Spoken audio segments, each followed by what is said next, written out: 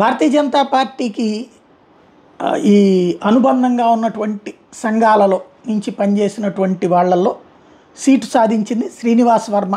మొట్టమొదటి నుంచి ఉన్నటువంటి ఆయనకి ఇచ్చారు. పార్లమెంట్ సీట్లలో ఒక్కడికే వచ్చింది. బీజేపీ ఫ్రమ్ ద బిగినింగ్ ఉన్నటువంటి వాళ్ళు, మిగతా వాళ్ళు పార్టీని నమ్ముకున్న వాళ్ళు, పార్టీకి వచ్చినటువంటి వాళ్ళు టోటల్గా ఉంది.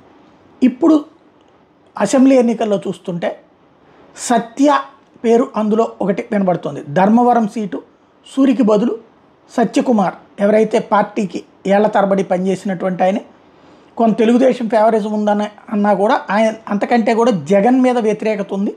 అదే ఆయన ఎసెట్ కూడా. ధర్మవరం సంఘ్ పరివారం అంటే బీజేపీ అనుబంధ సంఘాలు, తేజ సంఘ అనుబంధ సంఘాల నుంచి వచ్చినటువంటి వాళ్ళకి అక్కడ ఇవ్వడం అన్నట్టు. సోము వీర్రాజు అదే కోణంలో నుంచి.